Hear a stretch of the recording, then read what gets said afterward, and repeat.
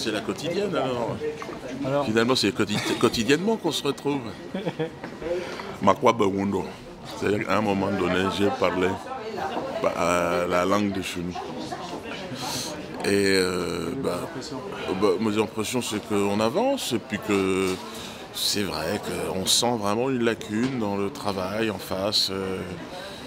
Et bon, il n'y avait pas de. C'est regrettable qu'il n'y ait pas eu de ce travail. Ce qui fait qu'il y a une sensation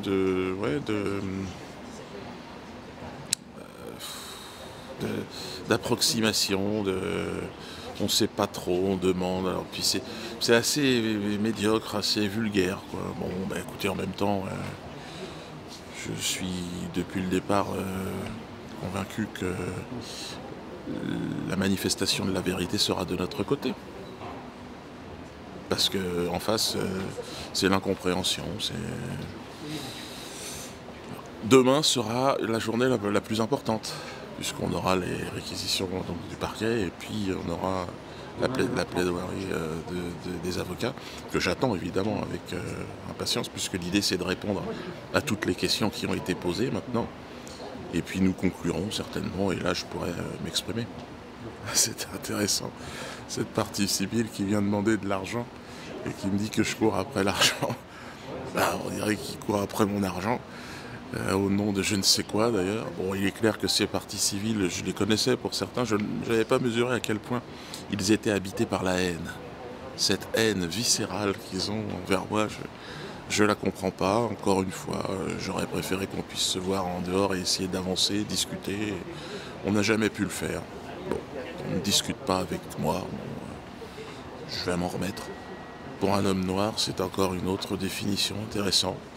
Mais bon, tout ça est basé sur des supputations, des hypothèses, aucun fait concret, aucun fait réel. On l'a bien vu d'ailleurs, une tentative de reconstitution de choses. Bon, moi, ce que j'ai à dire, c'est que demain, vous aurez toutes les réponses. J'ai hâte de les entendre parce que la stratégie de défense a été d'exercer le droit au silence. Donc, on va dire que notre version, la vérité, la réalité de ce dossier va apparaître demain. Et donc, ça va être intéressant pour tous ceux qui seront là. Voilà. Ah, effectivement, ouais, demain... s'il y a une journée qu'il ne faut pas louper, si on est intéressé à cette affaire, c'est demain. Puisque demain, on aura d'un côté le parquet et de l'autre côté les avocats. Et donc là, on aura... Et puis, à la fin, la conclusion. Et puis monsieur qui pourra peut-être parler un petit peu, on va voir. Peut-être une minute ou deux, pas plus. Non, après, vous pourrez intervenir demain si vous le souhaitez et discuter. Si vous le désirez, je peux... Non, mais... Non, comme vous étiez là, je... Ouais. Ouais.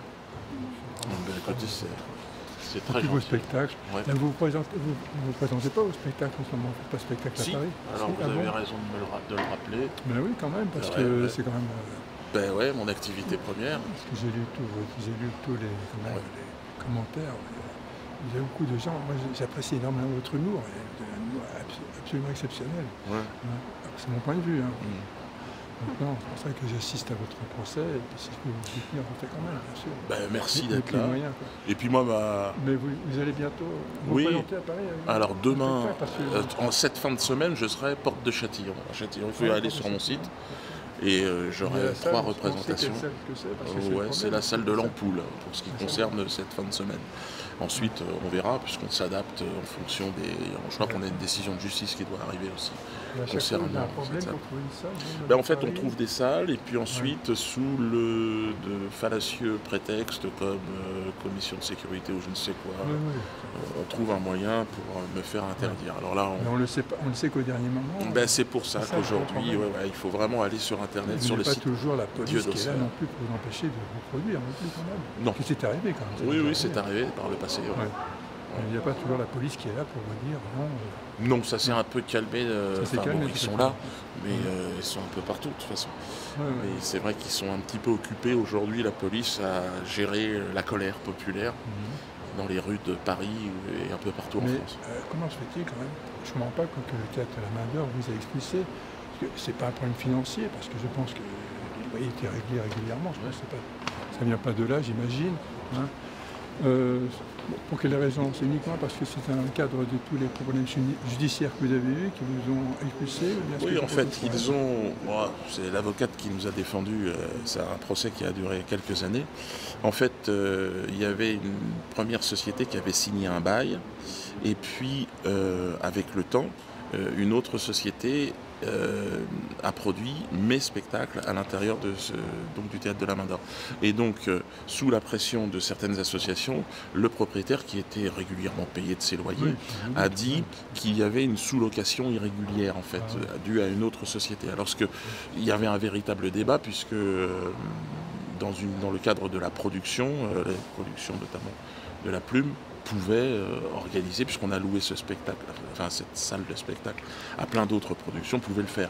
Mais bon, voilà, ils ont jugé que nous avions enfreint l'un des articles du bail. C'est ça.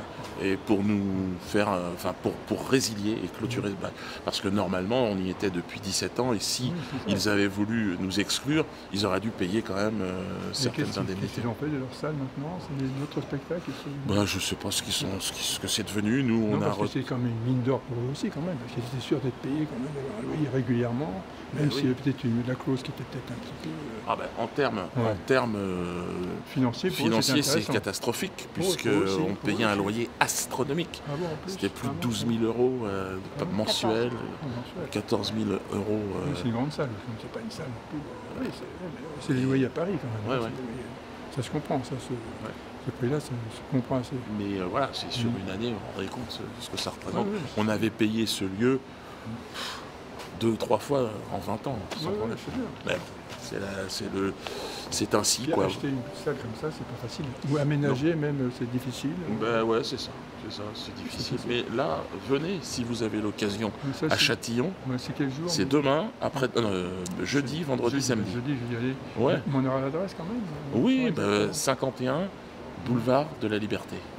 À Châtillon, d'accord. Ça ne s'invente pas. Boulevard de la Liberté. C'est tout un programme. Et je serai en vérité. Non, puis je pense que vous allez faire allusion aussi, évidemment, à Séville. Oui, c'est ça. Ça, j'imagine. Merci en tout cas de votre soutien, ça m'a touché. Parce que je vous soutiens, surtout pour vos spectacles. Je ne pas génie, mais presque. Comique, génie comique. Ça me fait très plaisir, merci. D'accord. Donc, peut-être à demain, puis autrement à Châtillon. Bon, à demain. Et merci.